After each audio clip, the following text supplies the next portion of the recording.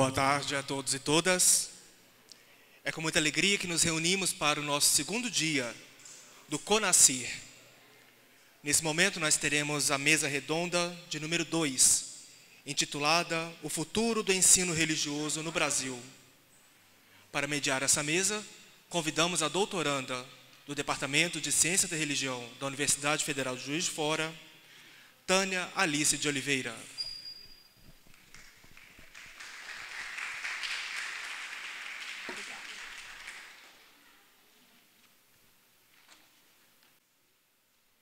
Boa tarde a todos e todas. É com imensa satisfação e alegria que iniciamos a nossa segunda mesa temática no CONACYR 2018, em sua terceira edição. Lembrando que o CONACYR é um evento organizado e pensado por estudantes de graduação e pós-graduação em Ciências da Religião, sendo, portanto, oportuno o agradecimento aos nossos professores e professoras que nos apoiam nessa investida que, acima de tudo, fortalece a nossa área, contribuindo para reflexões plurais acerca dos encaminhamentos do ensino religioso, hoje componente curricular na BNCC.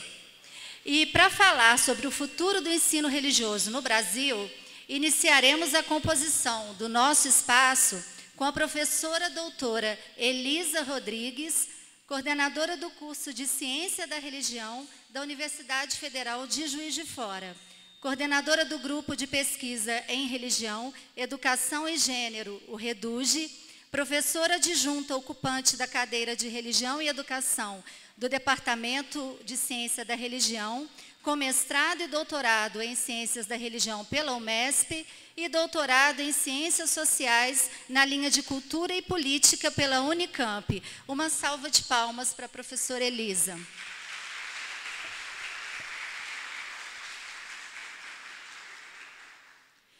Convidamos agora o professor doutor Elcio Sequete, mestre e doutor em Educação pela Universidade Federal de Santa Catarina, com licenciatura em Ciências da Religião pela FURB, Universidade de Blumenau, docente no mestrado em Educação e coordenador do curso de licenciatura em Ensino Religioso pela UNO Chapecó, coordenador geral do FONAPER, que é o Fórum Nacional Permanente de Ensino Religioso, membro titular do Comitê Nacional de Respeito à Diversidade Religiosa do Ministério dos Direitos Humanos e atuou como especialista e leitor crítico da BNCC.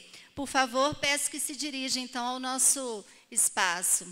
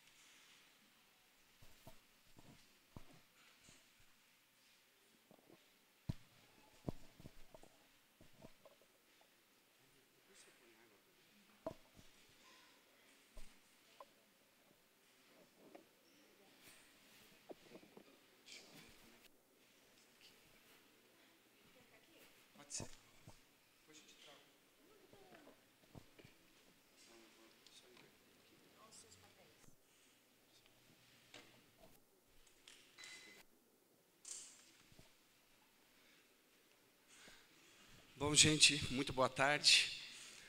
Vamos começar. Primeiro dizer a satisfação de estar aqui. Acho que é a terceira vez que eu venho a Juiz de Fora, venho à universidade. E temos aqui amigos, conhecidos. É bom reencontrar colegas nossos que trabalham na mesma área que nós. E então agradecer muito pelo convite, toda a equipe dos estudantes, que foi muito gentil desde o convite, ao enviar as passagens e tudo demais. Também agradecer pela oportunidade de estar numa mesa cujo título, dado o contexto que nós estamos vivendo, me foi muito provocativo.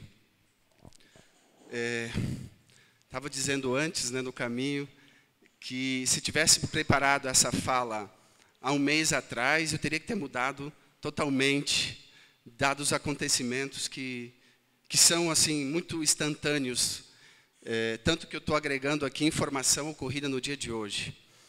É sim, de algum modo, uma fala desafiadora. Eu não me coloco nem muito como especialista nisso, porque olhar para o futuro aqui ficou uma dificuldade bastante séria, acho que para todos. E eu estou aqui mais para dialogar com vocês sobre uma ideia e, ao final, discutir e talvez buscar sentidos e futuros comuns de estratégia de atuação, de resistência e de fortalecimento. Pois muito bem, eu preparei então uma reflexão que espero que vocês possam me acompanhar aqui e também provocando algumas outras questões e depois espero discutir mais com vocês sobre esse tema. Então, o futuro do ensino religioso no Brasil. E isso me fez perguntar, inclusive, se o ensino religioso tem futuro. Né? Dá para fazer trocadilhos aí com as palavras. E, antes de mais nada, deixa eu ver para onde que eu aponto. Qualquer lugar? Deixa eu ver. Aí. Antes de mais nada, eu comecei a me perguntar sobre o próprio conceito de futuro. Nós vivemos um tempo que os conceitos já não estão mais dados. Nós estamos numa reapropriação e ressignificação dos conceitos cotidianamente. E aí passei a me preocupar sobre o conceito de futuro, antes de mais nada. E me lembrei de uma música que marcou uma geração, a minha geração, e acho que de boa parte de quem está aqui. Uma música do Renato Russo, Legião Urbana, em que lá em 86, a música Índios dizia, numa estrofe, a música é maior, selecionei 3 partes, mas vou destacar a primeira. Dizia assim, né, quem me dera, ao menos uma vez, explicar o que ninguém consegue entender. O que aconteceu ainda está por vir. E o futuro não é mais como era antigamente. Essa frase me deixou, quando eu retomei o tema do futuro, me deixou pensando o que Renato Russo queria dizer há mais de 20 anos sobre o futuro não é mais como antigamente. Felizmente, essa minha inquietação sobre o futuro me levou a encontrar uma obra que é bem mais recente, de 2013, é organizada por Dalton Novaes. E essa obra reúne uma coletânea de vários artigos de pensadores que tiveram a pensar sobre o futuro. E aí, o título da obra é muito parecido com a música. O futuro não é mais o que era. E um dos autores da obra, então, o próprio Novaes, tece uma reflexão nessa direção. E vou ser bem rápido aqui, porque é uma introdução sobre o tema. Mas, assim, classicamente, ou seja, convencionalmente, o futuro é entendido como uma projeção, uma visão fundada nas causas e nos sinais que já temos no presente. Então, com base no que temos, projetamos, imaginamos, pressentimos o que está por vir. E nós aprendemos, inclusive, na escola, que o passado era, não é? Que o presente é e que o futuro será. Parece que havia uma demarcação do tempo bem linear, assim, das 3 coisas em separado. E então esse futuro atuava, ou se construía, no imaginário. É uma construção imaginária que, de algum modo, limita e possibilita também, de algum modo, as potencialidades do presente. Ou seja, a relação de futuro e presente também é inseparável. Contudo, o futuro de hoje não se assemelha mais ao futuro de ontem. Há um sentido de mudança geral e profunda no mundo e na forma em que vivemos, que nos faz, nesse momento, pensar que o futuro não é mais o que era. Opa, é para o outro lado. Estamos vivendo, então, um tempo de mutações de futuro. Mudamos de mundo em um mundo que continua mudando, e esse mundo muda também de referências. Ou seja, pensar o futuro não é algo simples. As referências se alternam. E a dinamicidade do presente altera, portanto, as projeções de futuro. É um processo que está em construção, mas, acima de tudo, em desconstrução, de mutação mesmo da ideia de futuro. Hoje temos incertezas em relação ao que está por vir. E falo isso de maneira ampliada, não ainda em termos político, econômicos, sociais em nosso país, enquanto escala mundial mesmo. Ou, pergunto eu aqui, se a própria incerteza é o futuro.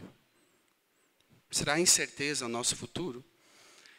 E aí, um dos autores da obra que eu estou citando diz assim: seja como for, é essa incerteza que produz na alma humana uma oscilação incessante entre a esperança e o temor, uma agitação perpétua entre a confiança e o medo.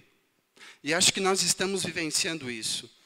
Temos esperança e medo, temos temor e certa esperança, oscilando perante algumas coisas, perante algumas saídas, perante algumas alternativas. Então, esse nosso futuro, esse futuro desse presente, é uma novidade que rapidamente se transforma em rotina. É um futuro, mas é um presente que, de algum modo, recusa entender e, por vezes, parece que não quer mesmo, ele quer se desfazer do passado. Então, nós estamos num momento que não só se quer apagar a memória, mas se quer reconstruir o passado segundo uma outra memória, segundo uma outra lógica. E, portanto, estamos disputando as narrativas do passado para gerar um outro presente e, portanto, um outro futuro. Segundo que referenciais que são o problema ou as indagações. Temos também uma tecnociência, uma biotecnologia e uma informática, ou seja, meios e tecnologias que parecem ser videntes, que sabem de tudo e que dão respostas para tudo. Então, não sei se nós exatamente, mas nossos filhos, nossos alunos, pegam o celular, eles conversam com o Google. Né? Procure isso. E o Google vai lá e procura. Está aqui tudo. Então, que noção de futuro tem, por exemplo, o meu filho de 14 anos? Que noção de futuro tem essa galera que tem tudo, esse vidente, essa cartomante, será como vamos dizer, essa provedora de resposta imediata que é a internet na palma da mão. Então, nesse cenário, imaginar o amanhã parece algo cada vez mais inconcebível. Segundo Novaes, remeto ao livro de novo, o futuro, então, já não existe como abertura e promessa. Ele é incessantemente reinventado pelo presente. E por isso estamos tentando reescrever o passado para dar outra perspectiva de entendimento do presente, para direcionar o futuro. Bom, se o passado já não é mais o que era, também é fato que o presente já não é mais o que era. O presente foi, então, ou é movido, substituído pelo imediato, pelo provisório, pelo incerto, pela crise, pelo complexo, pela aceleração, pela conexão, pela virtualização, pelo consumo. Nos vemos impossibilitados de indicar o que está por vir, tendo como base os sinais que já existem. E aí, novamente, Novaes diz assim: não se pode pensar o futuro da mesma maneira como ele era imaginado há pouco. Então, perguntas que eu me fiz e que estou deixando para vocês também, o que o presente nos revela nesse momento e que imagem de futuro nós podemos construir a partir desse contexto, desse presente, que também é um presente em movimento, complexo, contraditório, desigual, recheado de imposições e relações de poder. Essa introdução sobre o futuro me pareceu necessária para responder essa pergunta, não é? Como pensar o futuro do ensino religioso nesse cenário? E ainda tentando ir para mais além do presente contraditório e conturbado brasileiro do momento, fui buscar algo que possa nos mostrar que o ensino religioso tem muito futuro. Mas tem um raciocínio para defender essa tese. Bom, temos um ponto cego que eu chamo aqui. Em uma sociedade que valoriza o instrumental, como nós falamos há pouco, qual é o ponto cego? O ponto cego é o desconhecimento das estruturas simbólicas.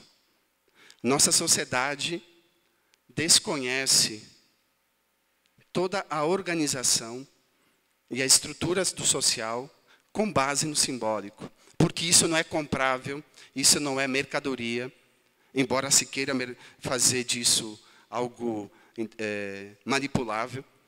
Mas os sistemas de mitos, de ritos, sistemas simbólicos, a significação, os sentidos, as representações, os valores, isso não se compra no supermercado, isso não é alvo dos debates da mídia, isso não se aprende no WhatsApp, e isso faz uma falta no sentido de nos tornar pessoas e cidadãos que consigam compreender minimamente o impacto do simbólico na vida e na sociedade. Por isso que esse desconhecimento nos leva para algo que nós vamos fazer aqui, uma metáfora, no verdadeiro analfabetismo social. Esse analfabetismo se vê exatamente nesse presente momento, em que a gente personifica os mitos. Então, nós votamos em mito, elegemos mito, criamos mito, e aí o mito está aí presente. Então, pensar como gente simples, nossas avós, minha mãe, enfim, como lida com isso, em que a rede social e as notícias que chegam via WhatsApp constroem mitos, constroem representações e viram verdades. Por quê? Porque eles não têm, estou falando da minha mãe agora, fazendo uma análise dela, eles não têm um referencial que consiga olhar para aquele negócio que chegou e dizer, não, mas isso é falso, isso é invenção. Não, isso chega, e para grande parte, segundo a pesquisa feita pela Folha, grande parte dos brasileiros acreditam nas mensagens que chegam na palma da mão pelo celular. Ou seja, estou trabalhando aqui um analfabetismo social. E que tem o simbólico por detrás, que já vou explicando melhor. Esse simbólico, que não é só o religioso, mas é toda a construção humana, cultural, ele atua no ordenamento das relações sociais, no modo como cada pessoa se coloca em relação às outras. Então, esse simbólico constitui um laço entre a realidade que vemos e aquela que nos escapa. E essa é a potência do simbólico. É nos fazer transcender, ir além do concreto, do imediato, desse consumo, dessa mercantilização da vida, e inclusive do sagrado. Contudo, como nós estamos tentando entender isso, esse simbólico, nós podíamos chamar também de outros nomes, de religiosidade, de dimensão da transcendência, de espiritualidade, enfim, vamos alargar os conceitos. Estou usando o simbólico aqui para tentar ver se é o mais amplo possível, mas essa dimensão, que vai além do concreto, ela parece estar colonizada, ela está domesticada, doutrinada, virtualizada, individualizada e também perdida. Os sentidos, os horizontes de vida foram e são instrumentalizados por essa esfera mercantil. Há uma crise de pertencimento. Porque se eu não tenho sentimentos comuns, valores comuns, símbolos comuns, então, o que sou? Quem é meu grupo? Quem é minha comunidade? Quem é minha tribo? E, portanto, como eu não tenho, ou como eu não a construí, eu sou presa fácil para consumir uma ideia extra, para vir de fora. E essa construção simbólica me vem pronta, me vem acabada, diante da manipulação midiática que nós assistimos nesse exato momento histórico. E nesse contexto, a própria capacidade de reflexão se limita.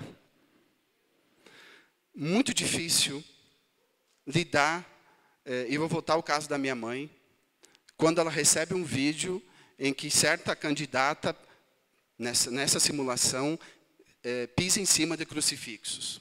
Pronto, acabou.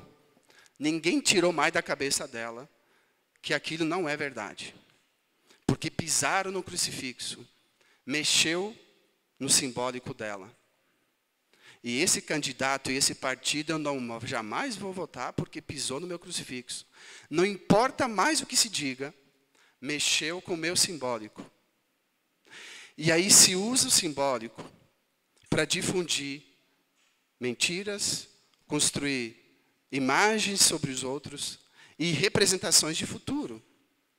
O que acontecerá se o país vai ser governado por alguém que pisa no meu crucifixo? Acabou. Não existe alternativa. Então, os fundamentalismos prosperam. E o fundamentalismo prospera, nós sabemos todos, a todo canto, não só no país. Parece que o mundo, a sociedade em esfera mais global, deu uma guinada conservadora, fundamentalista, nacionalista e tudo o que nós podemos classificar. E isso nos chega e nos afeta e estamos sendo bombardeados por N notícias que demonstram isso muito bem. Hoje, cada dia tem fato novo, ou vários fatos novos, mas só para dar um exemplo também de algo que nos chega. Não é?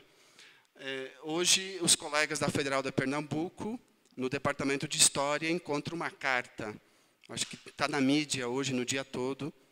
Essa carta lista os nomes dos docentes e discentes do Centro de Filosofia e Ciências Humanas, né, deixado no Departamento Acadêmico de História.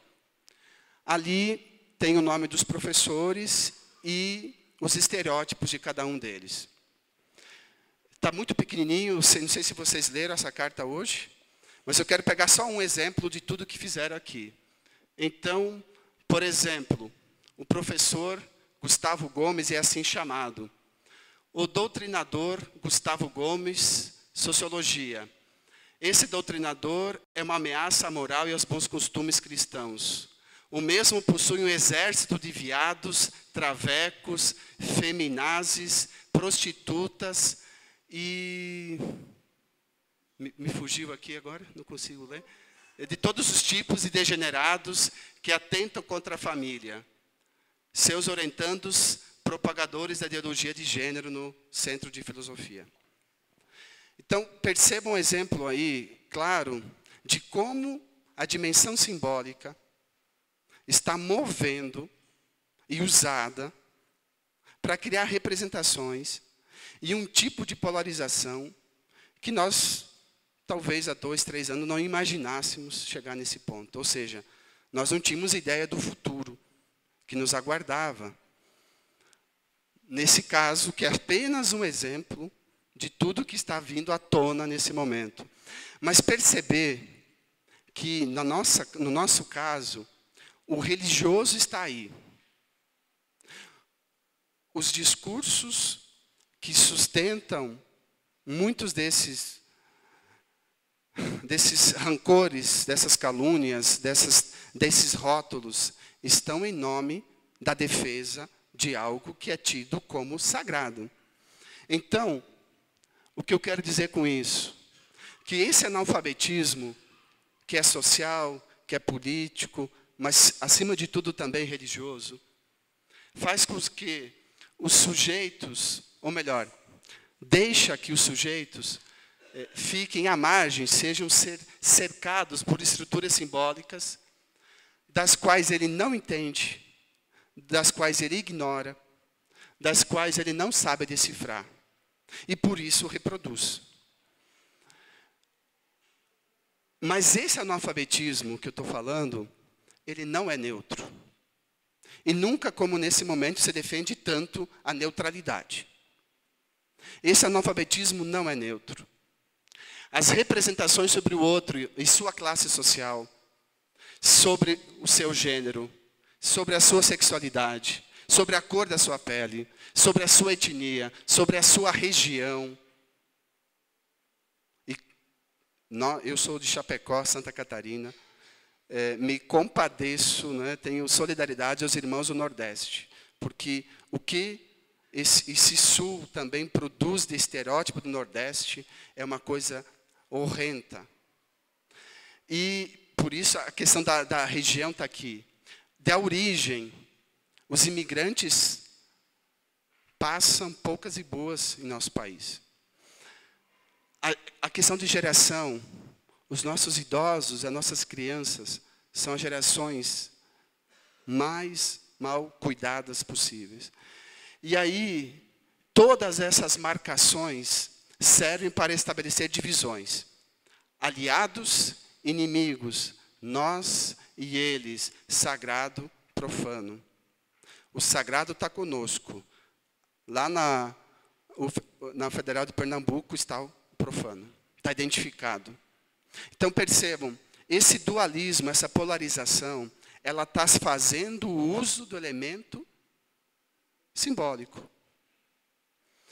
Então esse analfabetismo simbólico é estratégico para a dominação social, via mídia e via redes sociais. E aí chego no tema propriamente dito. Qual é a função do ensino religioso, pensando no futuro, diante desse contexto? E aí eu vou pegar aqui, me perdoe, mas eu trouxe 3 citações do parecer 12/2018, que é o parecer que Elisa esteve junto na comissão de especialistas, eu e mais 4 colegas da área estivemos ajudando o CNE a elaborar as diretrizes curriculares nacionais para as licenciaturas em ciências da religião. Esse parecer, por mais que foi construído nessa pressão do tempo, ele tem elementos preciosos. E eu fui buscar ali 3 citações para mostrar o futuro do ensino religioso.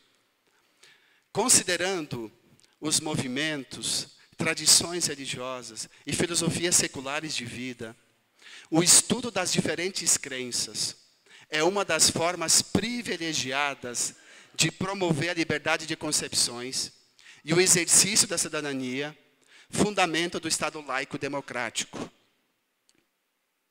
Para manter a ordem como está, nada melhor do que o ensino confessional e doutrinador. Para que eu ensine mais do mesmo e desconheça o diferente. Porque, claro, nós e o inimigo, aí a fronte de batalha se constrói de maneira muito mais simples. É nesse sentido, então, que o ensino religioso pode se tornar um baluarte da liberdade, congregando indistintamente os valores que prefiguram juridicamente a expressão religiosa, conforme o espírito da nossa Constituição, quais sejam a liberdade de crença, a liberdade de culto e a liberdade de organização religiosa. Parece profético, não é? Mas entrou no texto do CNE, que está nas mãos do ministro nesses últimos dias para homologação. E nós estamos torcendo para que saia e que seja o quanto antes. Hoje de manhã mesmo, nos intervalos dos voos, eu estava mexendo ali com os conselheiros, dizendo, olha, é bom que o ministro assine logo, enquanto ainda temos país para assinar esse documento e publicá-lo, né? Porque nós não sabemos bem como as coisas se organizarão. Então, a função social do ensino religioso está aqui. Ele pode e é uma lente de aumento que permite ver melhor o conjunto de problemas que se colocam à educação. Veja só, eu estou falando de uma disciplina que tem uma aula por semana, que é das mais preconceituadas, alvo de preconceito na escola, de menosprezo. E há quase 2 décadas, eu tenho um colega que foi meu professor na FURB, o professor Tarcísio, ele dizia que a mudança na educação passa pelo ensino religioso. Todos chamavam de loucos. Mas hoje, eu tenho botado fé nisso, na medida que o olhar que nós temos enquanto agentes de formação, mas também como formados pela área, perante a sociedade, perante o ser humano, perante os processos educacionais, nos fazem ver algo que outros colegas não estão vendo. E muitas vezes eu faço minhas falas, eu trabalho na educação, e faço fala para professores sobre avaliação, sobre aprendizagem, sobre tudo que próprio do campo, e eles chegam no final, mas qual a tua formação mesmo? Ciências da religião. Daí eles ficam, como é que pode, né? Ciências da religião. Não entra. Se fosse pedagogia, era normal ter uma. Não, mas ele fez ciência da religião e fala de avaliação da aprendizagem. Como é que pode? Então, eles ficam um pouco assim. Mas perceber que nós estamos mexendo justamente com o elemento do simbólico.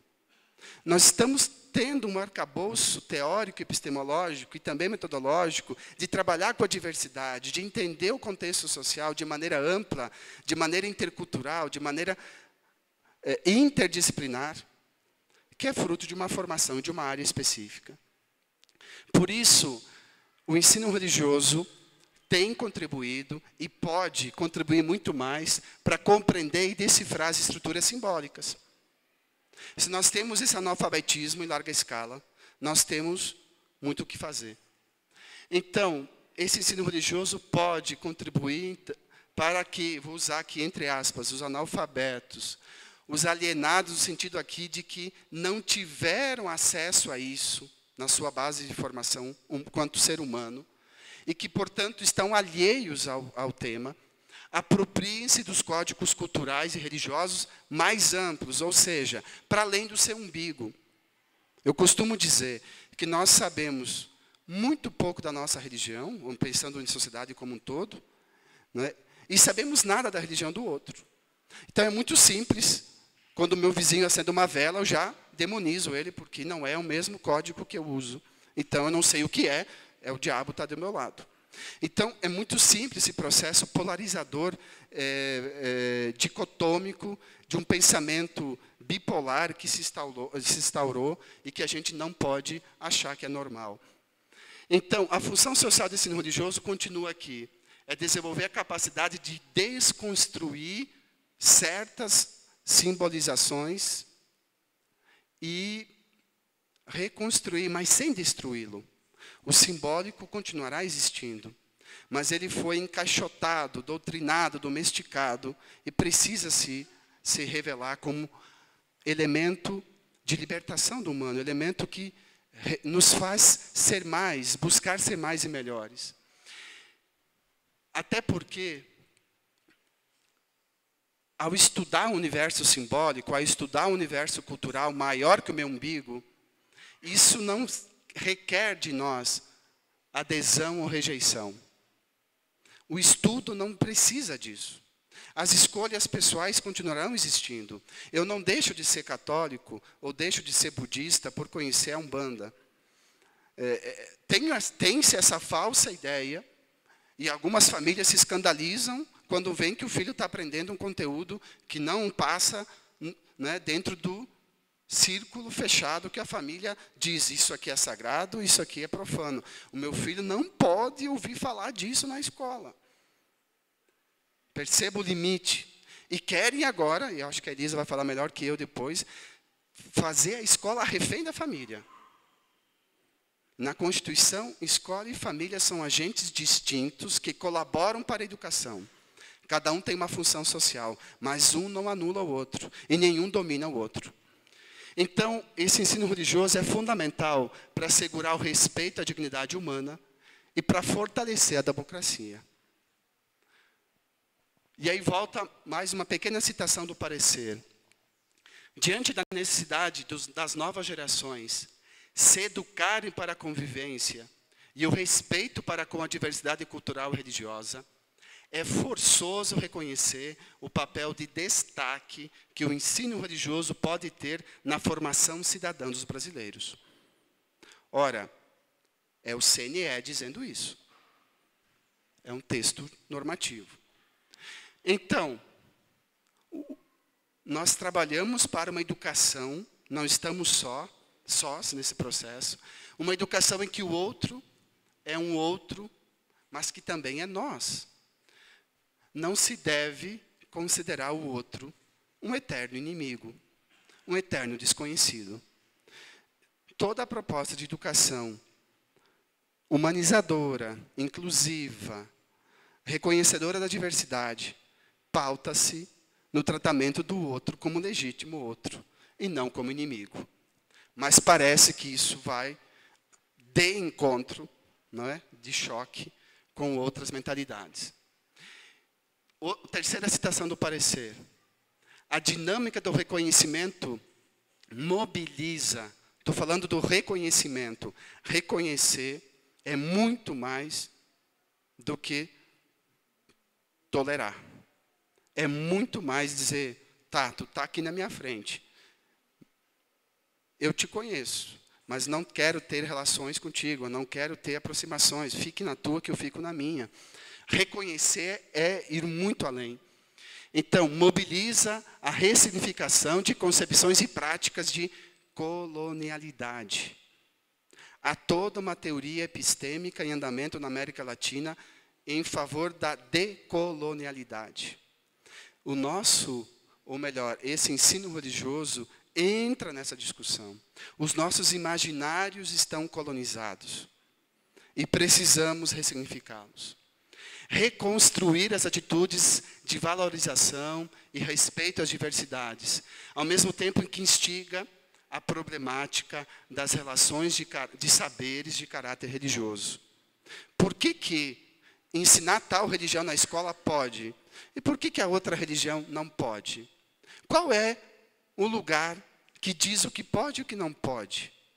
Tem uma episteme por detrás, que coloca num patamar superior e acima certos saberes. E esses são inferiorizados e subalternizados. Nós não podemos ficar cegos a isso. O ensino religioso trabalha, sim, na perspectiva intercultural. A BNCC acoplou essa ideia, incorporou essa ideia, e também aqui a diretriz. Tem mais um pedacinho. A cidadania crítica deve ultrapassar o saber acerca das convicções distintas e se configurar como uma forma de ampliação do conhecimento geral sobre o campo religioso. É só essa ampliação do conhecimento que vai combater esse analfabetismo que eu estava falando antes. Com vistas a desenvolver atitudes respeitosas em relação ao diferente e ao exercício da vida cidadã, sem cerceamento da liberdade de pensamento, crença ou qualquer convicção. Que é isso que está em jogo. Quanto mais grupos fundamentalistas querem ditar a pauta social, conservadores, mais as liberdades, mais as identidades diversas serão cerceadas. Então, indo para o final, o ensino religioso tem futuro no Brasil?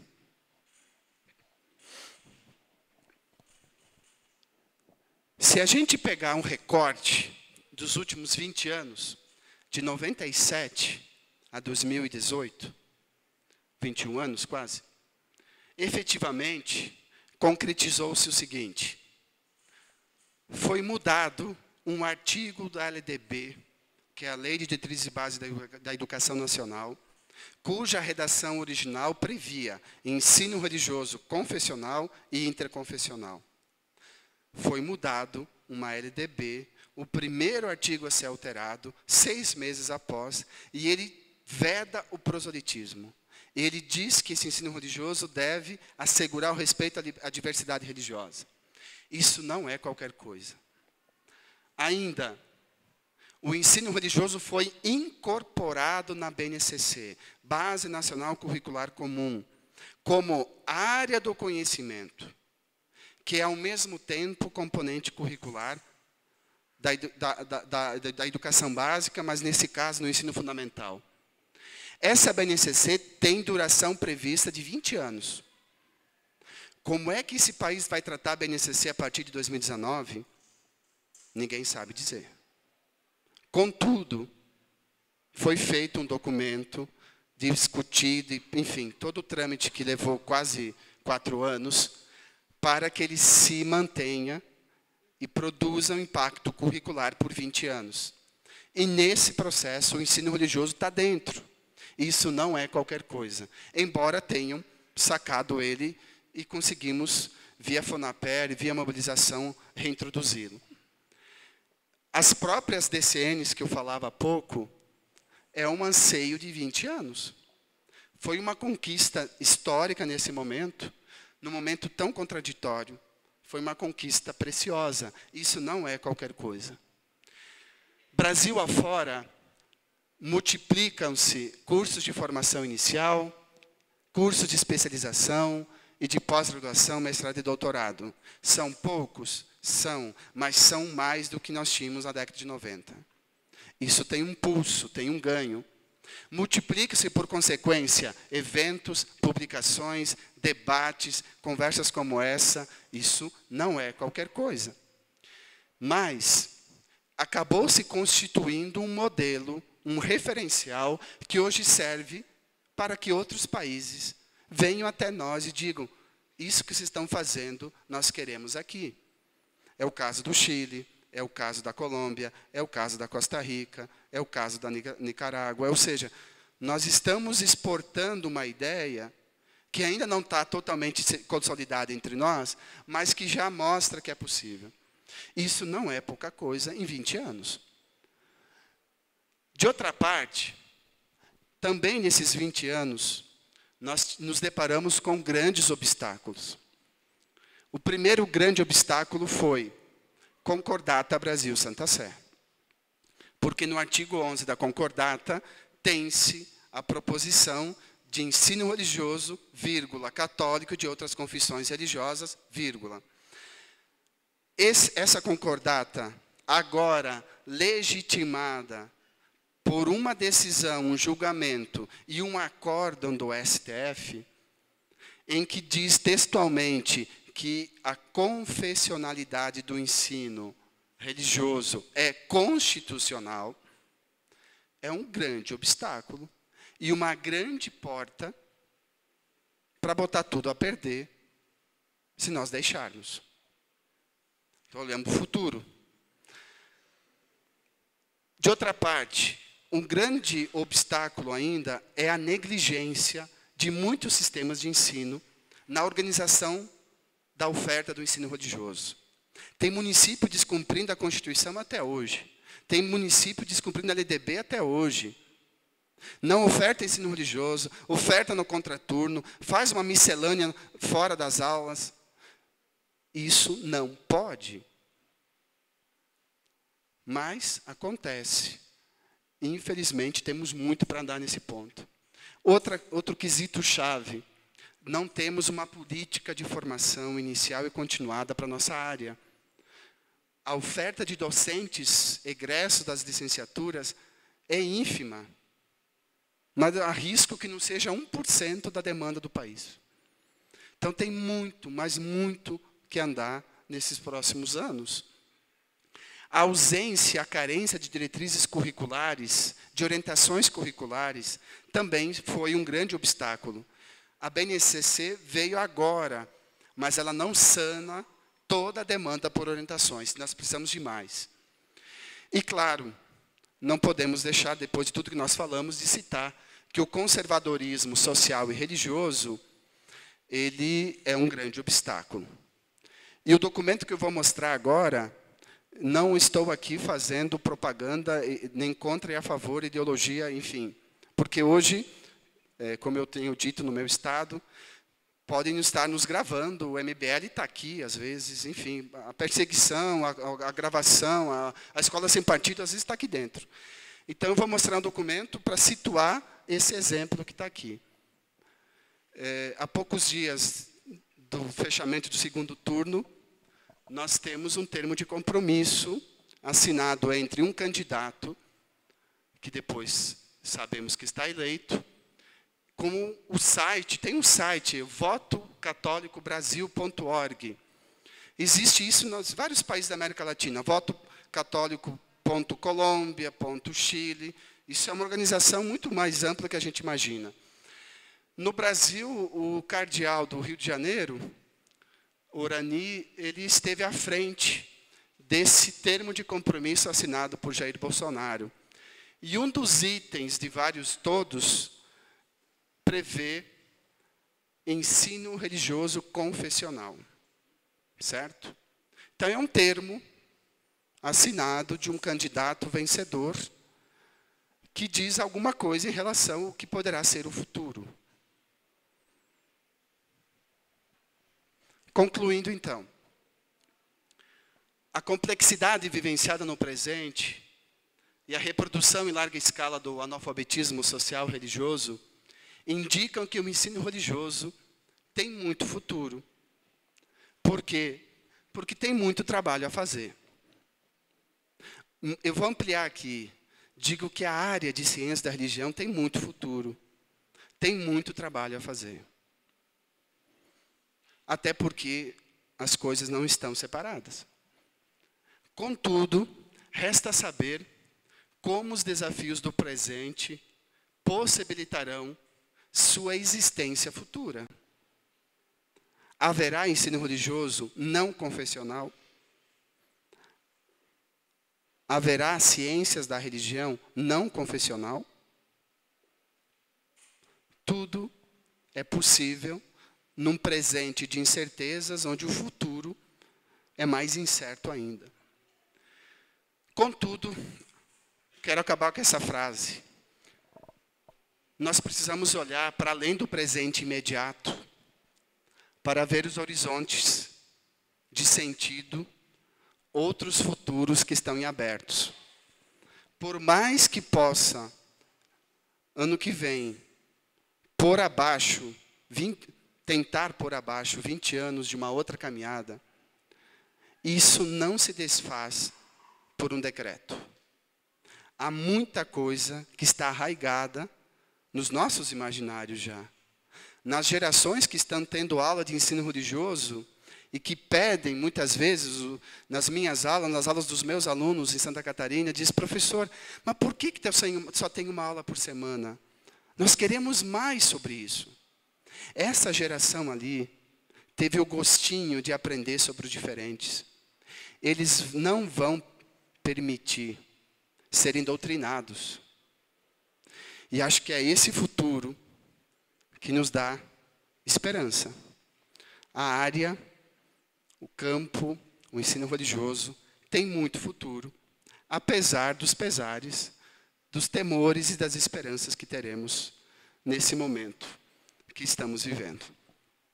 Agradeço a atenção de vocês, fico por aqui e depois dialogamos mais. Muito obrigado.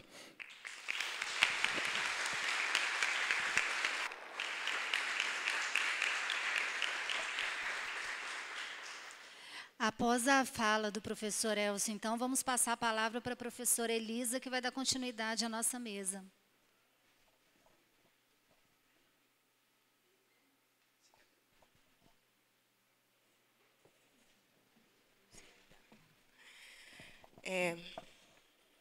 Boa tarde a todos e todas. Também quero agradecer o convite que a organização do evento me fez para participar dessa conversa com o Elcio, com a Tânia e com vocês. Quero dizer que me sinto muito satisfeita por ver que esse evento está sendo tão produtivo e ver que quem está à frente desse evento são os nossos alunos e alunas do Departamento de Ciência da Religião da Universidade Federal de Juiz de Fora. Eu acho que vocês são merecedores de muitas palmas também. Como o Elcio já disse, falar sobre o futuro do ensino religioso no Brasil não é uma tarefa fácil. Eu escrevi um texto e o reescrevi algumas vezes.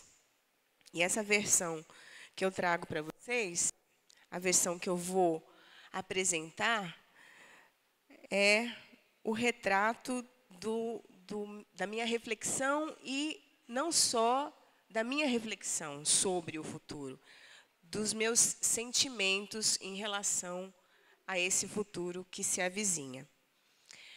Eu vou proceder, como professora do Departamento de Ciência da Religião, a leitura do texto. E vou tentar fazer isso da maneira mais dinâmica possível para que vocês não durmam. E por isso eu pedi para que eles colocassem o texto para que vocês o acompanhassem junto comigo. É desafiador falar sobre o futuro do ensino religioso no Brasil quando tantas incertezas se avizinham. Eu acho que o nosso texto, nossas falas vão se complementar. A história recente desse componente curricular tem sido escrita a partir de um enredo de controvérsias públicas, lutas e debates, na maioria das vezes, nada amistosos. Muitos falam de ensino religioso sem sequer terem se aventurado, uma vez que seja, a enfrentar a condução dessa disciplina no interior de uma sala de aula. Se o fizessem, saberiam que se trata de um assunto delicado, necessário e nada confortável. Trata-se de um tema delicado porque aborda convicções, crenças e valores individuais construídos no âmbito de núcleos familiares e comunidades de fé. É necessário porque, por abordar tais bases, é constituinte de subjetividades que não se restringem à esfera da vida privada. Antes deitam-se e espalham-se pela esfera da vida pública, muitas vezes conflitando com outras convicções, crenças e valores individuais, que igualmente têm direito à participação pública.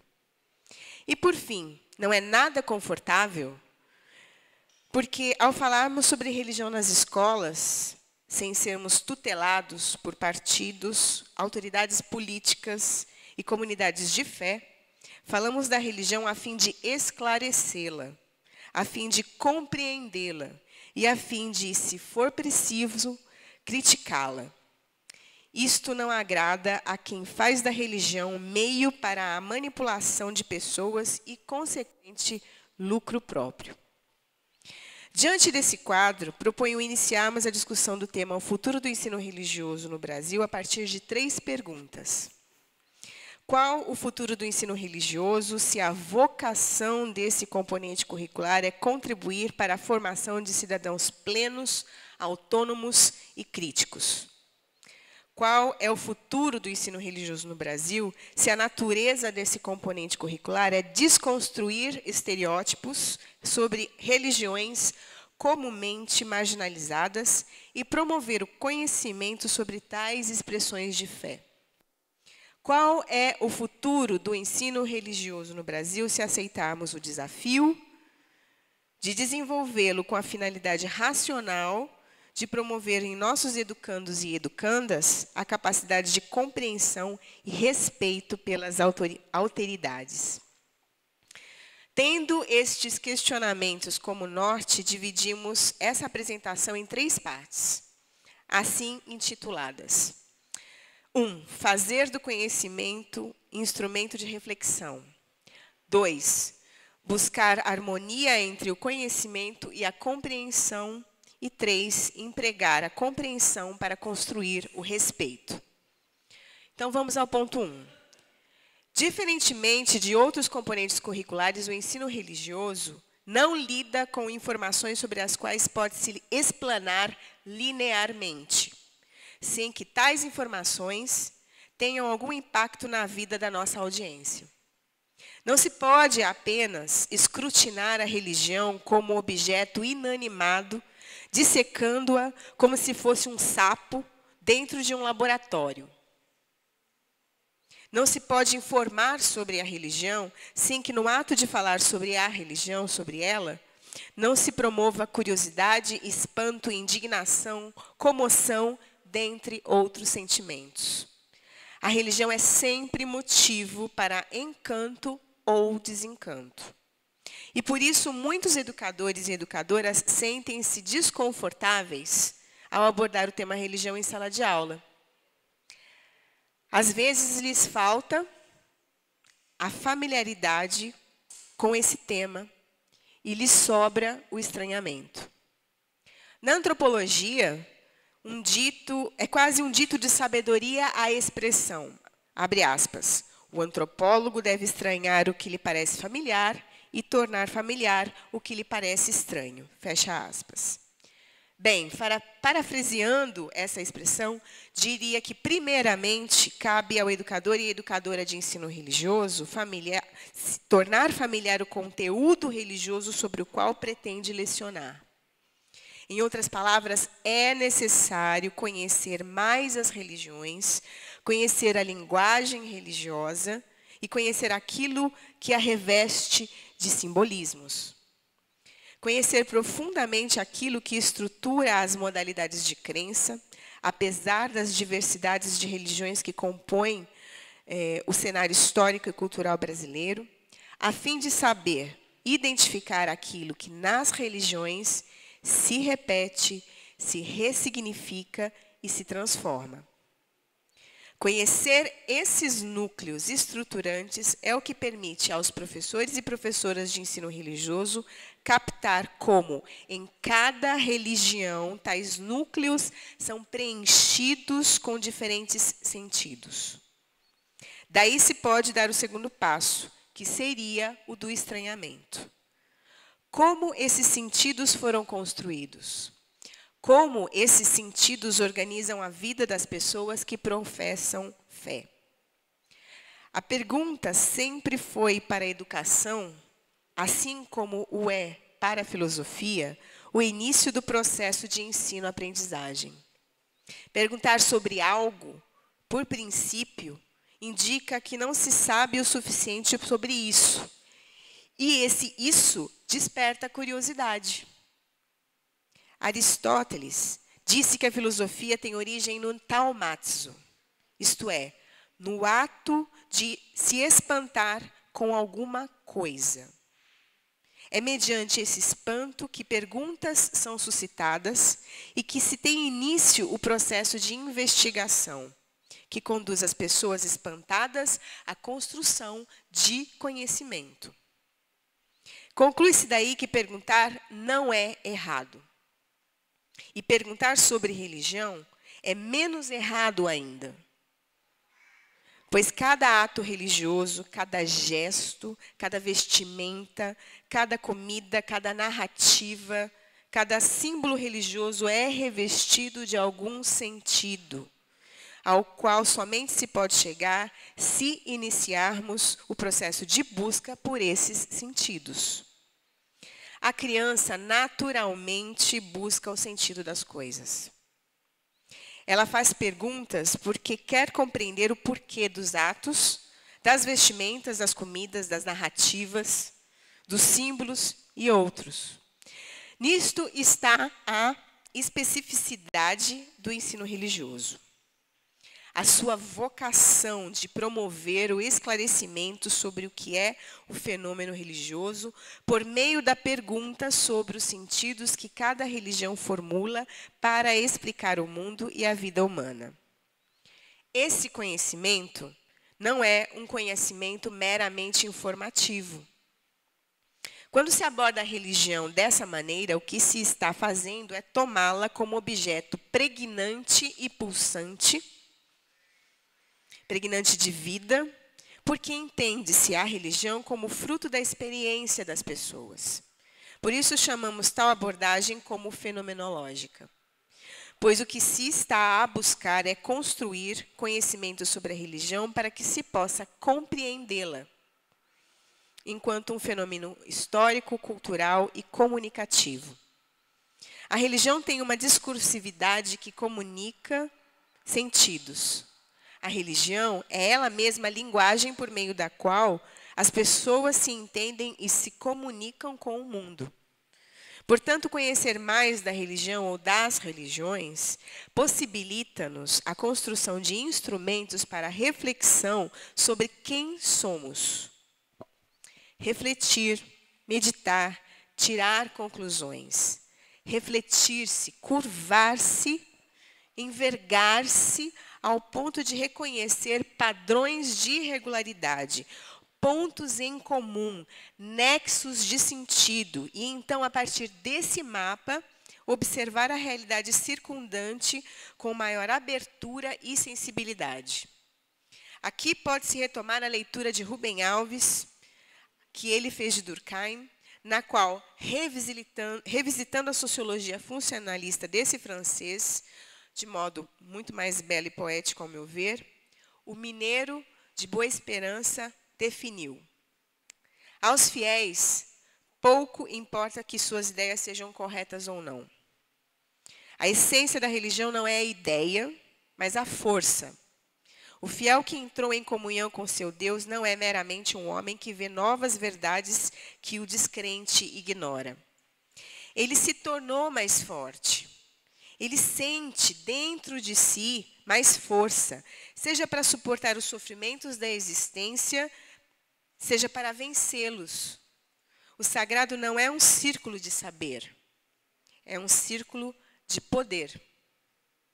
Daí que o ensino religioso não pretende desvendar os mistérios religiosos para dominá-los, desmistificá-los ou, como se poderia imaginar, doutrinar as mentes infanto-juvenis dos nossos educandos e educandas, desviando-os das orientações originárias das suas famílias e comunidades de fé. O conhecimento sobre o religioso, que aqui busca se formular, visa a compreensão do que significa esse que é um dos traços que o caracteriza, a sua força. Força que é sustentáculo para muitos e muitas em suas vidas. Isto nos conduz, então, ao segundo ponto: buscar harmonia entre o conhecimento e a compreensão.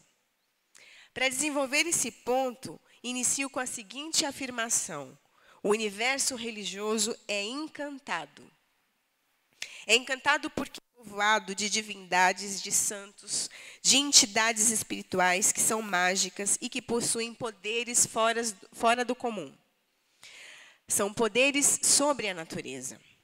Essas divindades, santos e entidades exercem seus poderes sobre os céus, as águas, os animais e todo o mundo. Elas gostam de presentes, de oferendas, gostam de ser adoradas e agradados, possuem preferências de cores e de comidas, amam e odeiam com intensidade. Pode-se dizer, então, que a religião é o fio que estabelece a relação entre religiosos e suas divindades. Conhecer essa relação não é tarefa fácil. Cada religião estabelece um tipo de relação com a sua divindade, que, em geral, pode ser caracterizada como uma relação de troca. Aliás, que relação não seria de troca? Um pacto de amor entre enamorados sempre acaba por definir-se pela reciprocidade. Amantes desejam sentirem-se amados, por mais que isso se manifeste de diferentes formas. Entre fiéis e suas divindades não é diferente. Divindades querem se sentir amadas, exclusivas, atendidas. Em troca dessa atenção, negociam bênçãos, benesses, demandas e pedidos. Milagres. Tudo em nome da manutenção dessa ligação que lhes mantém vivos. Do outro lado, fiéis querem os favores das divindades e querem igualmente sentirem-se amados, exclusivos e atendidos. Cada religião expressa essa relação à sua maneira através de rituais, hábitos e costumes específicos, mas não tão incomuns. Visto que as religiões se fazem na relação entre deuses e fiéis, elas se repetem por meio do que chamamos núcleos estruturantes. Esses núcleos, entretanto, não dizem a mesma coisa, porque são investidos de diferentes significados. Portanto, certas práticas que identificamos como similares ou recorrentes entre determinadas religiões não são totalmente iguais, porque foram ressignificadas. Exemplo disso é a presença em várias religiões do elemento água. A água usada nos batismos cristãos, realizado em pias, piscinas ou águas abertas, simboliza o renascimento do fiel para uma vida compromissada com seu Deus. A água pode significar pureza e ser usada em muitos rituais para a limpeza de certos lugares. Se benzida, a água pode promover cura de doenças. Nas religiosidades afro-brasileiras, as águas estão encantadas nas figuras de orixás como Iemanjá e Oxum, deusas das águas salgadas e doces, para as quais é preciso pedir licença antes que se possa tomar banho em suas águas. Dentre os seus atributos, Iemanjá é a mãe de quase todos os orixás. Ela rege a fecundidade e confere união para as famílias e as casas, além de proteger os pescadores. Já a velha deusa das águas, Oxum, mantém equilíbrio entre as emoções, mantém em equilíbrio as emoções e a fecundidade. É chamada a deusa da riqueza, do amor, da prosperidade e da beleza. Veja, identificar como a água em diferentes religiões aparece, assumindo diversos sentidos e compondo as crenças dos fiéis em suas práticas e rituais, ajuda-nos a perceber como as religiões se repetem e como se transformam. Sobretudo, ajuda-nos a perceber como as religiões e seus fiéis podem ser semelhantes e, ao mesmo tempo, diversos. As religiões apresentam-se para nós a partir de variadas formas. Como educadores e educadoras, temos que buscar a compreensão dos seus conteúdos. Como dito anteriormente, conhecer esses núcleos estruturantes é o que permite aos professores e professoras do ensino religioso captar como, em cada religião, tais núcleos são preenchidos com diferentes sentidos, atribuídos pelos próprios fiéis. Daí se pode chegar à natureza da religião, algo dela que a caracteriza, que a substancia. E eu não estou falando de essência, eu estou falando de conteúdo. Aquilo que o fiel dela para a vida, aquilo que o fiel extrai dela, da religião para a vida, e como apontamos no ponto anterior, podemos supor ser um certo tipo de poder. Nesse sentido, falar sobre as religiões em sala de aula permite-nos desconstruir estereótipos, mal-entendidos e preconceitos, na medida em que nos oportuniza verificar em que são semelhantes as religiões. Veja, a água é para cristãos espíritas e candomblecistas um elemento central. Logo, no uso da água como símbolo e em suas práticas, essas religiões são semelhantes. A água é a forma por meio da qual representam pureza, equilíbrio, fecundidade e vida. Por isso, posso afirmar que o conhecimento sobre religiões que se desenvolve no ensino religioso não se opõe às religiões ou afirma doutrinas. Ele busca identificar e compreender forma e conteúdo. busca, por meio desse conhecimento sobre as religiões, mostrar como os saberes religiosos formulados pelos seus fiéis os ajudam a viverem nesse mundo. Aí reside a harmonia possível entre conhecimento e compreensão. O conhecimento gera compreensão, porque desvela os porquês e os motivos que estão na base das opiniões e das ações dos sujeitos religiosos em seus cotidianos. Daí o terceiro ponto e último dessa apresentação: empregar a compreensão para construir o respeito. Retomando a ideia de que o mundo é encantado, faço agora uma outra citação do Rubem Alves. O mundo encantado abriga, no seu seio, poderes e possibilidades que escapam às nossas capacidades de explicar, manipular e prever. Trata-se, portanto, de algo que nem pode ser completamente compreendido pelo poder da razão, nem completamente racionalizado e organizado pelo poder do trabalho. O que isso indica, visto que aqui vinha se afirmando a centralidade do conhecimento sobre as religiões? Significa, primeiramente, admitir que tanto para o cientista da religião quanto para o educador do ensino religioso, todo e qualquer conhecimento sobre religião ou sobre as religiões nunca está acabado. Como já foi dito aqui, trata-se de um fenômeno pregnante de vida pulsante. E se a natureza caracteriza-se, dentre outros atributos, pelo poder, trata-se então de entender que o poder é exercido nas relações sociais de diferentes maneiras, como propôs Foucault. Nesse sentido, a religião manifesta-se, porque é fenômeno, como um modo pelo qual histórica e culturalmente os seres humanos tornam-se sujeitos nas suas relações sociais e práticas cotidianas nas redes em que se inscrevem. Para compreender o indivíduo, Foucault examinou o poder. Para compreender as religiões e as suas linguagens, buscamos compreender os sentidos que os sujeitos religiosos formulam para suportarem a existência cotidiana.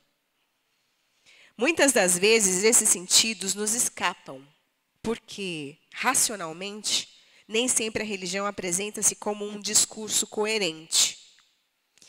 Isso porque os sujeitos religiosos não são completamente coerentes. Ora, seres humanos não são sempre coerentes.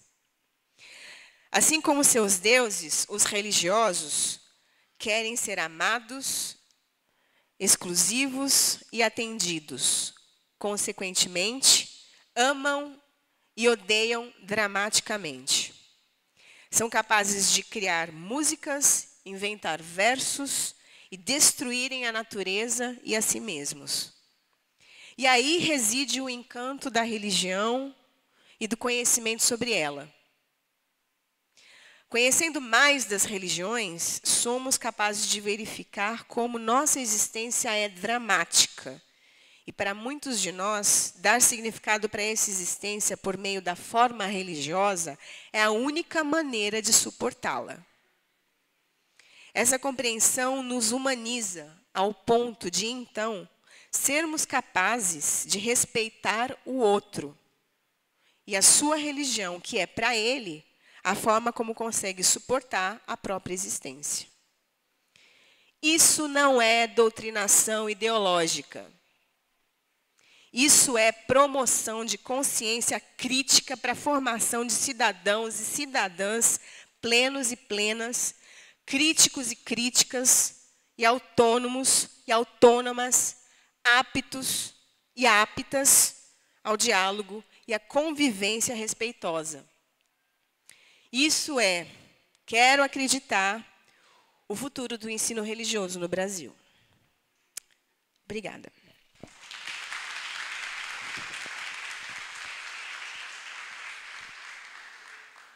Mais do que nunca, com a fala dos dois professores, a gente reafirma a necessidade do ensino religioso estar presente realmente no currículo, dentro da escola, e a gente, enquanto professor, vê mais do que nunca a importância da gente trabalhar a questão do mito, como disse o professor, né?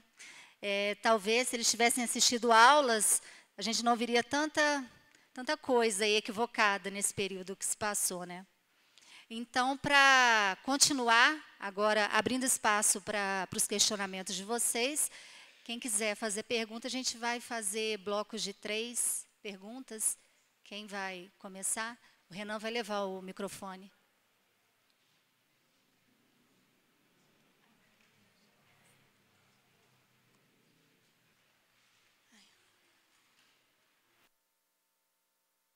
E aí, alguma dúvida? Algum complemento? Vamos lá, gente.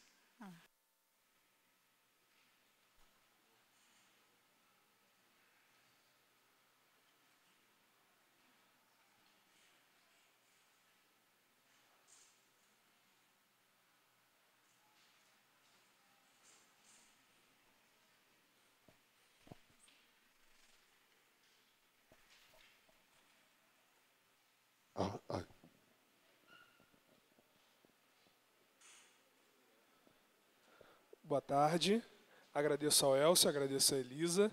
Meu nome é Vitor, sou da PUC Rio, estudante de teologia, doutorado lá.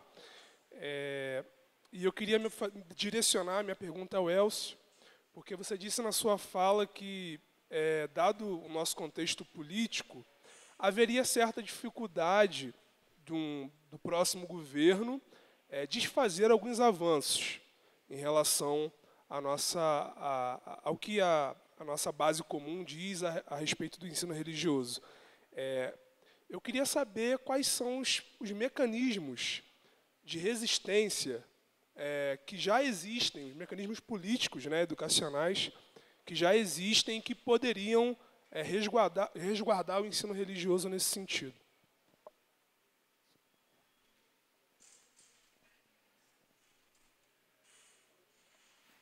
Primeira pergunta. Já vai respondendo, né? Enquanto isso, querem perguntar mais. Bom, estou aqui pensando, viu?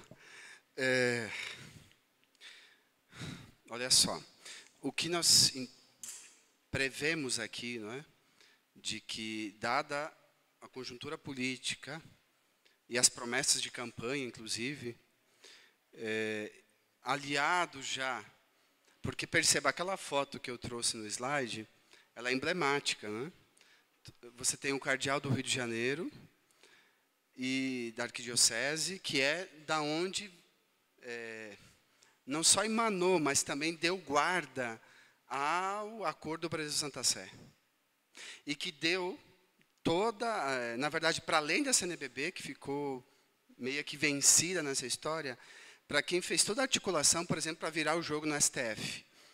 Quem fez a decisão no STF foi advogados ligados à Arquidiocese de Rio e de São Paulo, atuando nos bastidores e fazendo virar os votos dos ministros. Então, aquela imagem emblemática, nós temos o poder religioso, não é? Agora um poder estatal, porque é um presidente eleito, que firmaram um compromisso. Então, agora, como fazemos resistência, não é? Bom, primeiro, as coisas têm que acontecer, né? Nós, como eu dizia antes, nós não temos anunciado quem será o ministro de Educação. Nós não sabemos o que será da BNCC nesse novo Ministério de Educação. Agora, nesse momento, até chegar janeiro, eu acho que a gente tem que... E nós, como FONAPER, estamos nesse dilema mesmo. Eu acho que se tem algum momento histórico que o FONAPER está no fio da navalha, é agora. Para onde a gente vai, o que a gente faz nessa conjuntura. Uma coisa é a gente não cair na armadilha das pós-verdades. Porque o discurso usado na campanha e agora é muito da pós-verdade. Assim, a verdade não... O que é a verdade nessa... Porque num dia vai ser assim... No outro dia, não é mais assim. Isso faz um deslocamento que desloca a própria resistência, não é? Então, vai fundir ministério, não vamos mais fundir. Então, veja, é um jogo de palavras que deixa desmobilizados, mas afinal de contas, o que está acontecendo? Então, nesse momento, nós estamos acompanhando o jogo, né, a lógica, mas sem cair na armadilha da pós-verdade de ficar fazendo contra-argumentação em verdades que amanhã já vão virar mentiras. O problema é que quem está dizendo as pós-verdades assume, né, inclusive o texto bíblico, de que a verdade vos libertará. Então, fazer análise disso é outra questão interessante, né? Que verdade é essa que vai libertar quem do quê? Enfim, isso é uma coisa. Fato é que nessa armadilha do momento, está em jogo, e acho que a Elisa que vai ter o tempo de poder trazer a carta também, está em discussão no plenário da Câmara o projeto Escola Sem Partido, não é? E isso aqui é outra pós-verdade, porque, perceba, os mesmos defensores do projeto Escola Sem Partido são favoráveis à doutrinação religiosa na escola. Dá para entender um negócio desse? Eles são favoráveis ao ensino religioso confessional. Entende? Eu estive, deixa eu me ver a data. Sim, foi começo do ano passado, na audiência pública, na Comissão de Educação da Câmara dos Deputados, se fez uma mesa que era para dar polêmica mesmo, reuniu questões de gênero, sexualidade e ensino religioso, né? Então fizeram lá estava eu, e do meu lado sentou Edson Najib, o pai do projeto Escola Sem Partido. Muito bem. Então, cada um falou do seu métier ali, teve professores universitários convidados pela Câmara para falar favoráveis à ideologia de gênero, contrários à ideologia de gênero, como se ela existisse também. E aí é outra pós-verdade ali, né, uma coisa criada nessa manipulação simbólica das coisas. É óbvio que qualquer pai vai se enfurecer se houver, de fato, uma cartilha, uma coisa que induza. Mas o problema é que esse negócio, se alguém viu, eu desconheço. E também o lobby que se faz em cima disso, né? Como se eu e como se vocês que são professores saíssem de casa com a meta de que hoje eu vou converter 2 para ser gay e amanhã eu vou converter 3 para ser sapatona. É uma doideira sem palavras, né? Uma doideira sem tamanho e um assunto, né? Uma ofensa à profissão docente. Pois bem, naquele debate acalorado, eu defendi ensino religioso não confessional, até porque existia o Ricardo Coelho, que é secretário executivo do MEC. E o Ricardo Coelho veio defender a exclusão do ensino religioso da BNCC. E eu defendi a inclusão. Só que no meio desse debate todo na Câmara, o Edson Najib entrou na polêmica do ensino religioso, né? Aí disse, tá bom. Aí não tive tempo de réplica, mas ele estava do meu lado, disse, eu tinha um parâmetro do ensino religioso, disse, senhor Najib, o senhor podia, de repente, estudar melhor o que é ensino religioso. E eu estou te dando aqui o parâmetro. Porque eu não estou entendendo o projeto de vocês. Vocês não estão contra a doutrinação na escola? Sim, exatamente. Mas você não está pregando a doutrinação religiosa na escola? Como assim? Não, você não quer o ensino religioso confessional, você acabou de falar. Daí ele se embaralhou todo, pegou o livrinho e se mandou. Mas então perceber que a armadilha do discurso é essa. Então, face a cena, nesse momento, para mim, discutir escola sem partido é deslocar a atenção na sociedade para algo muito mais sorrateiro e importante que está sendo feito, que é a questão da Previdência. Então, a gente desmobiliza, vai para lá, ocupa nossas mentes, e a coisa mais séria e talvez mais temerosa está sendo feita no calar da noite. Então, eu acho que a gente está aprendendo a lidar com esse mundo. Não é um mundo em que a verdade vem amanhã de manhã na Folha de São Paulo. Diz, vai ser assim. Foi dito isso ontem. Não, no meio do caminho surge N coisa e diz que não, aquilo não é mais verdade. Então, assim, o que nós vamos fazer? Simplesmente nós estamos analisando a conjuntura e acompanhar o desdobramento. O que será? Né? Claro que, nesse exato momento, o que mais nós queremos é que o ministro homologue as DCNs, porque é um fato que consuma um processo. Depois, o que pode ser feito é um nível da cogitação também. Né? Nós temos que trabalhar para implementar. Assim como está na BNCC, vamos trabalhar para implementar. Eu acho que nós não podemos, enquanto resistência, perder isso de vista. Assim. Não cair nas armadilhas, mas garantir o que já está conquistado. E conquistar a BNCC, como eu dizia, não foi pouca coisa. É um texto que se coloca para a esfera nacional, para a escola privada e escola pública, e aí fez, pela primeira vez, muita gente parar e pensar no que é ensino religioso. Acho que isso foi uma coisa bem potente.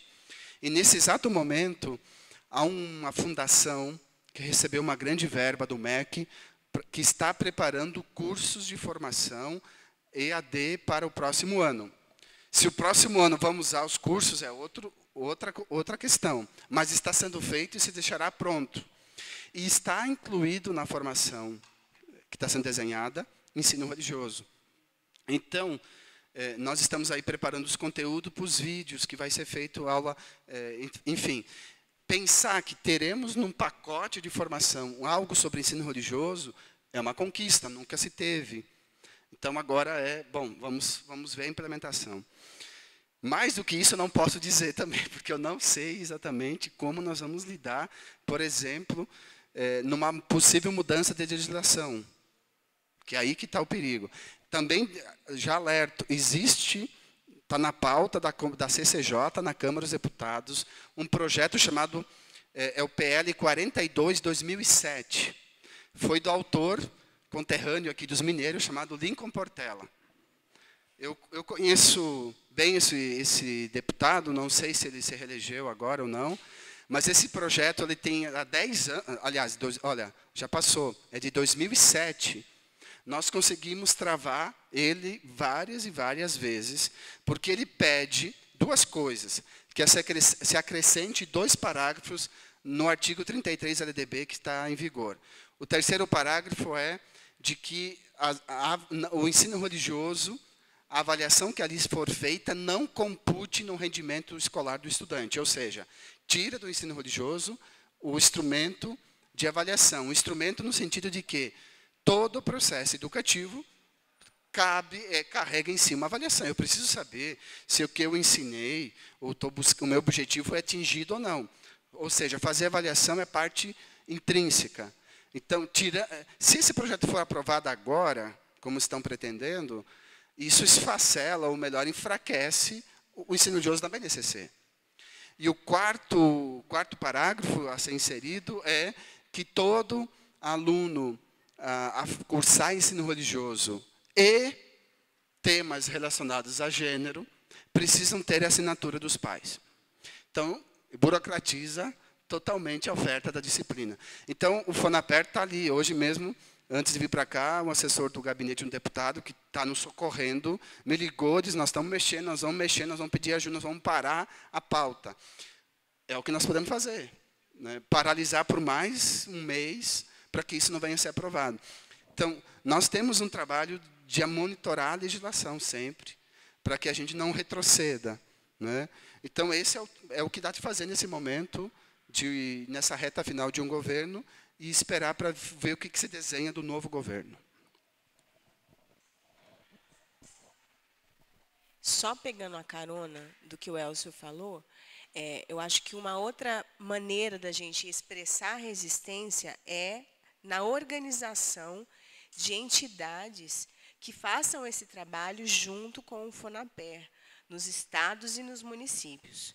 Então, em Minas Gerais, por exemplo, a gente não tem nenhuma entidade, nenhuma organização de professores que faça a reivindicação da implementação da BNCC no nosso estado, que faça o monitoramento de como essa implementação está em andamento, porque eu sei que está, e que, mais do que isso, lute pela implementação do componente curricular ensino religioso em todos os currículos de todos os municípios do estado de Minas.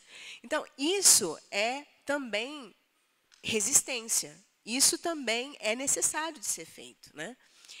Eu sei que já existe uma discussão dos professores do estado de Minas pela articulação dessa entidade de organização dos professores. E eu acho que isso está mais do que necessário de ser concretizado, né? Eu fico feliz que isso já esteja em andamento, mas acho que a gente ainda precisa avançar mais na organização de nós, professores de ensino religioso, de ciência da religião, pela implementação desses dispositivos jurídicos que nos asseguram uma oferta de ensino religioso que não seja confessional, que não seja proselitista, que não seja doutrinária. E, nesse sentido, trabalhar, colaborar com o que já vem sendo feito pelo FONAPE, por exemplo. E aí, pessoal, alguém mais vai aproveitar para o Elcio? Uma pergunta para você.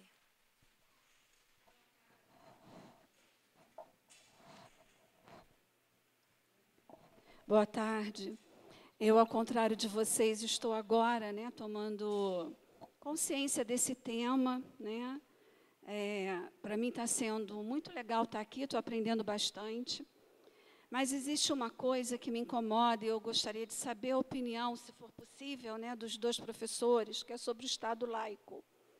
Né? Porque ontem, na conferência que nós tivemos com o professor Nestor, ele fez uma colocação que ele falou o seguinte, que a laicidade é um processo social e cultural, né, que leva à diferenciação e emancipação da economia, do Estado e da ciência, e não da religião. Então, na verdade, né, quando a gente defende um Estado laico, não seria o oposto disso, não seria esvaziar, né, essa questão da religiosidade, porque, assim, o Estado é formado por pessoas, a educação também é formada por pessoas, e nós não somos laicos. Na verdade, nós não somos laicos, né? E ele coloca que essa laicidade ela teria que ter 4 características, que seria liberdade de consciência, não discriminação por motivo religioso, separação e neutralidade. Então, eu queria ouvir um pouquinho, né, a opinião de vocês sobre isso, que isso é um assunto que me incomoda.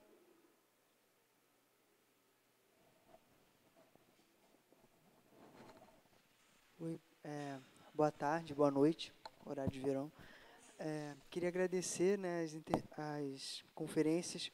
Eu tenho a seguinte pergunta, eu sou da psicologia, estou fazendo agora o doutorado em ciência da religião, então estou chegando na área, né, estudando esse diálogo entre teologia e psicanálise, então não conheço muito o tema do ensino religioso. Eu queria perguntar em relação à teologia e ciência da religião, como é que fica? Porque me parece, me corrijam se eu estiver...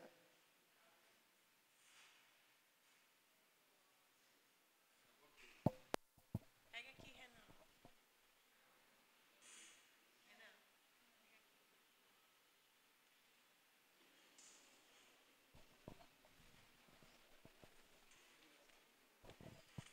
Porque me parece que estão na mesma área, né, da CAPES, ciência da religião e teologia. Então, como é que ficaria isso, o professor teólogo ou cientista da religião dando aula para o ensino fundamental?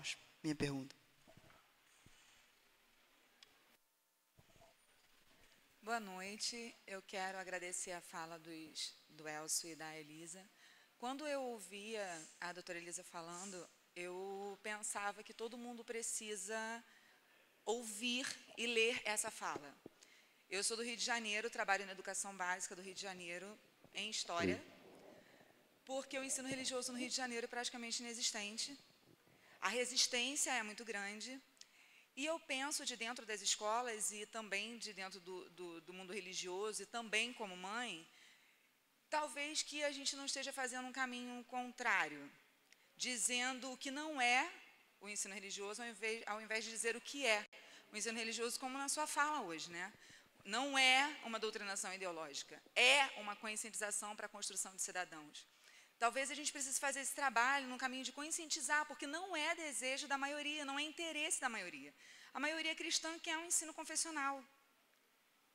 E se a gente não conseguir conscientizar essa maioria cristã de que é necessário essa compreensão para a construção de consciência e de cidadãos, a gente, de repente, não consiga construir um futuro, de fato, válido e real para a nossa área, que é o ensino religioso.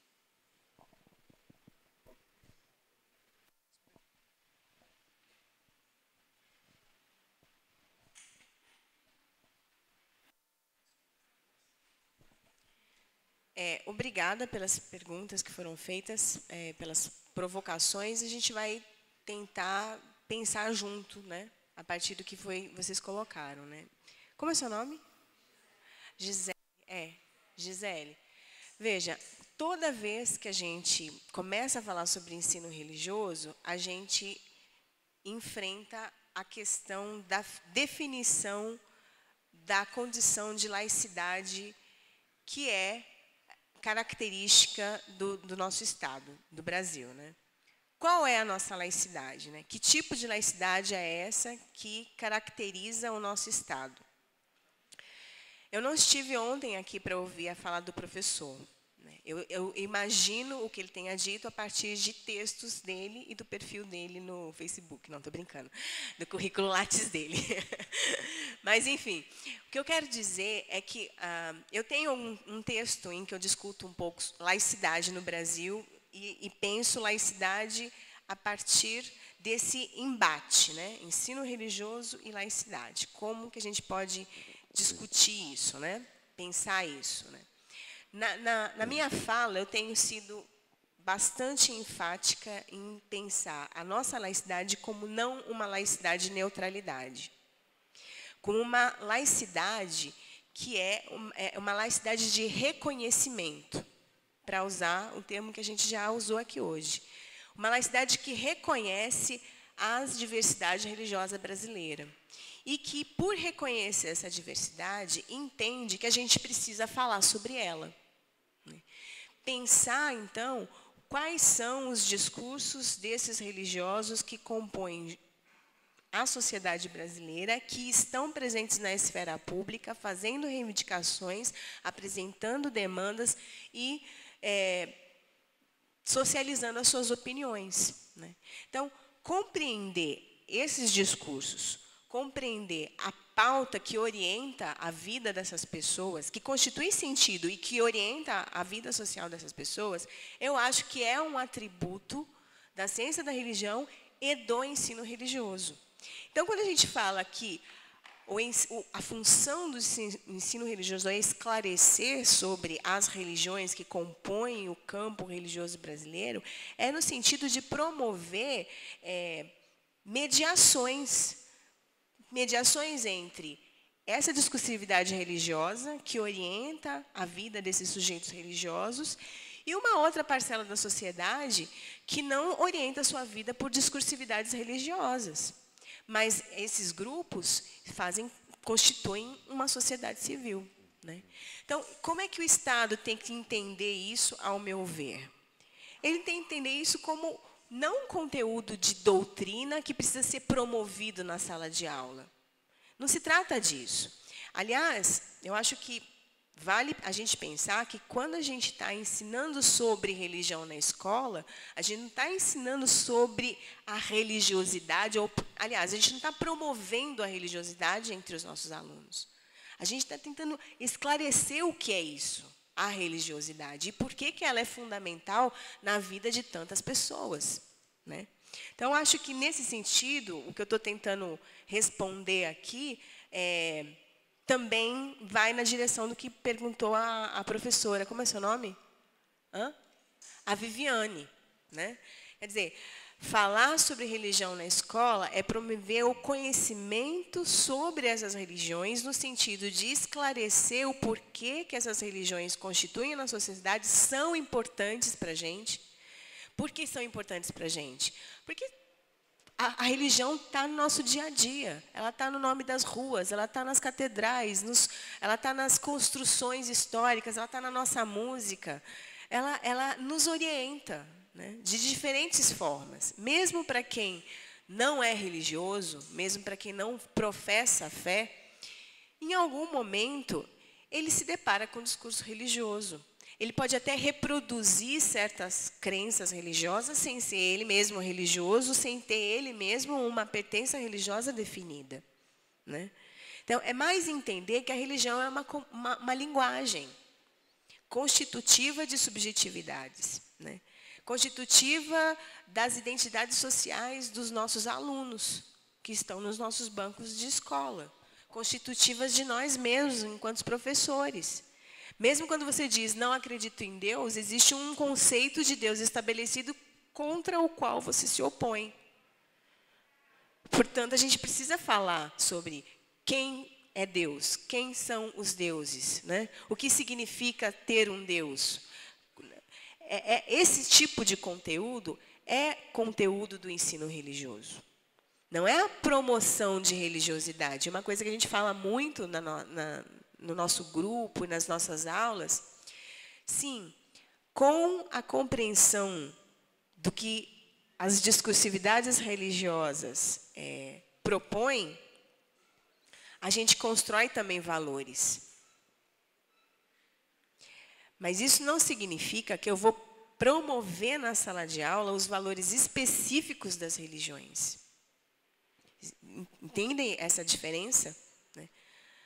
O respeito é o principal valor que o ensino religioso, ao meu ver, propõe, permite a gente construir na sala de aula com os nossos alunos. O respeito pelas alteridades, o reconhecimento pelas alteridades, né? Então, por isso que eu vinha falando, né? Ensino religioso não é meramente informativo. A gente não pode falar de religião linearmente. A gente mexe com as pessoas quando a gente fala de religião, a gente tem que respeitar isso. O ensino religioso ele é reflexivo, né? E, diante disso, o Estado brasileiro ele tem que permanecer laico. Ele não pode optar por uma religião ou outra. Ele não pode privilegiar uma religião ou outra. Ele tem que permitir um ambiente favorável para que as religiões e as discursividades religiosas sejam discutidas, apresentadas, conhecidas e compreendidas. É mais ou menos nesse sentido que eu entendo o conceito de laicidade. O Estado é laico, sim. O ensino religioso também é laico. Eu acho que é um ponto de partida. Não é um ponto de chegada, né? Tem a pergunta do colega sobre teologia e ciência da religião. Se eu entendi bem essa questão, eu sou cientista da religião. Por que eu penso dessa maneira o ensino de religião nas escolas? Eu entendo que o cientista da religião ele consegue falar de um lugar que é um lugar caracterizado pela pergunta, não pela afirmação. E apesar de saber que existem teologias não confessionais, me preocupa a presença de um teólogo em sala de aula. Estou sendo muito sincera. Um teólogo que esteja afinado com alguma confessionalidade. Se a gente tiver cursos de teologia que promovam conhecimento sobre todas as religiões e faça isso de uma maneira comparativa para promover compreensão sobre esses nexos de sentido constitutivos de cada religião, eu não me oponho à presença desse teólogo em sala de aula. Mas os nossos cursos de teologia, em geral, eles são promovidos por instituições religiosas. E o que eles promovem é a teologia dessas instituições. Então, eu vejo isso com uma certa reserva. Quando a gente propôs a discussão sobre as diretrizes curriculares nacionais para as licenciaturas de ciência da religião, é porque a ciência da religião tem licenciatura. E no Brasil, o bacharelado não tem licenciatura. O curso de teologia não tem licenciatura, é só bacharelado. Então, é mais ou menos por aí. Não sei se eu fui clara nessa minha fala, né? A licenciatura em ciência da religião habilita o profissional, o educador, a discutir, a falar, a ensinar sobre a religião nas escolas do ponto de vista reflexivo e não comprometido com uma confessionalidade.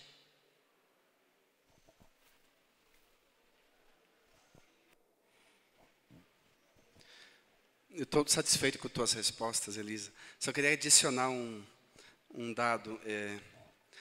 Você falou a frase, nós não somos laicos. Enquanto cidadãos, nós não somos laicos. Mas quando você pisa na escola, quando você entra na universidade pública, você já não é mais o cidadão, não como aluno e como tal, mas quanto na função docente. Você ali é o Estado. Em sala de aula, eu sou representante do Estado, licenciado pela academia, para fazer tal ensino. Então, eu tenho que separar uma coisa muito difícil, que é a pessoa individual e a pessoa institucional. Coisas que nossos parlamentares não sabem fazer, muitos governantes não sabem fazer. Ora, eu sou prefeito, eu não sou prefeito porque, por mais que tenha tido todo o apoio de A, de B, de C, eu não estou lá em nome deles, estou em nome de todos, eu sou prefeito. E isso significa que as minhas convicções não estão em primeiro lugar, é o bem comum. Por isso que a gente também pode ser laico e deve ser laico no momento em que está numa posição que é pública. Não é? Então, não posso misturar o individual e o institucional. E isso, no ensino religioso, é fundamental. Se não fizer esse distanciamento, mesmo que tenha feito ciência da religião, pode dar problema. Por isso que o tema da laicidade é tão cara ao ensino religioso. Eu também fiz uma tese minha sobre isso, eu tentei buscar as origens das ideias de laicidade no Brasil, de onde vieram e quais foram postas em prática. E aí a gente vê um conflito já no final do Império entre uma concepção norte-americana e uma concepção francesa.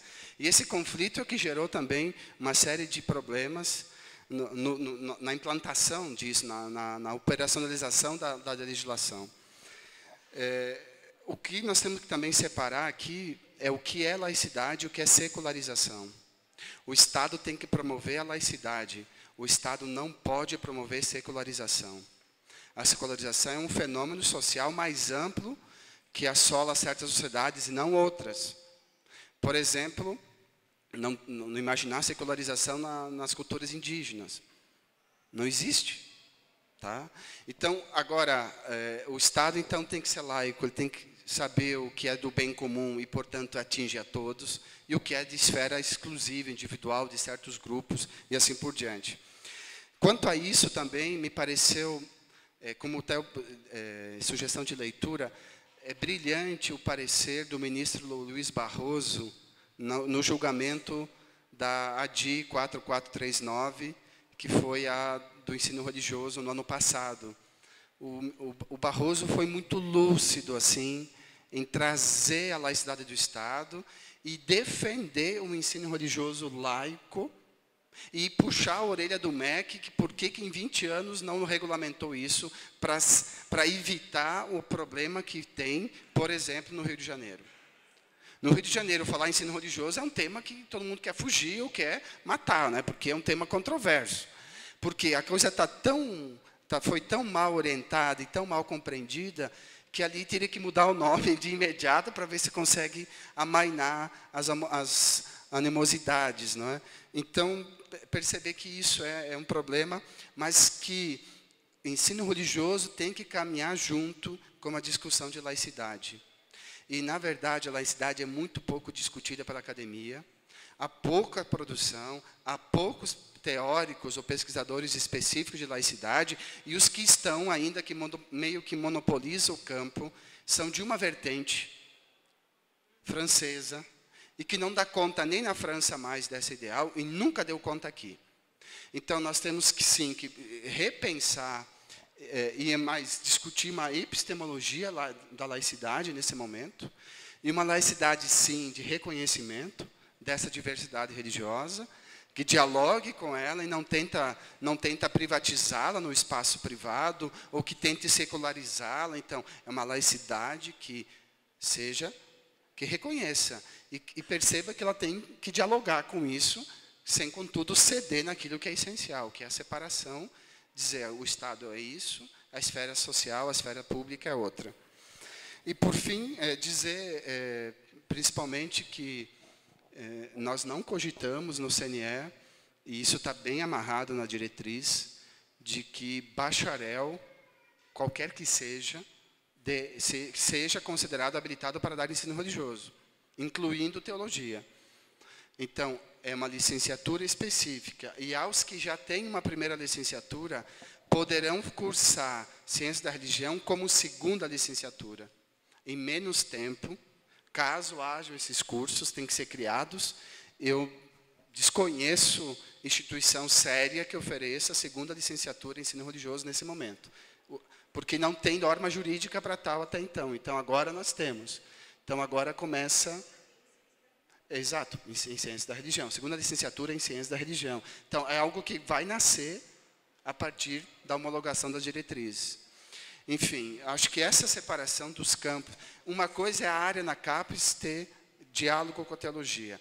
Outra coisa, na esfera educacional, isso. Então, aí há um âmbito diferente nesse processo. Acho que é isso. Obrigado. Então, eu gostaria de, em nome do corpo discente da Ciência da Religião, agradecer a presença ilustre aqui, tanto do professor Elcio, que veio de longe para falar para a gente nesse momento, quanto da professora Elisa, atualmente a nossa coordenadora aí do curso de Ciência da Religião, com todo orgulho, né, que a gente fala isso. Então, eu gostaria de agradecer a presença dos dois aqui e dizer que é sempre um aprendizado muito grande ouvi-los, né? Muito obrigada, a fala foi muito boa.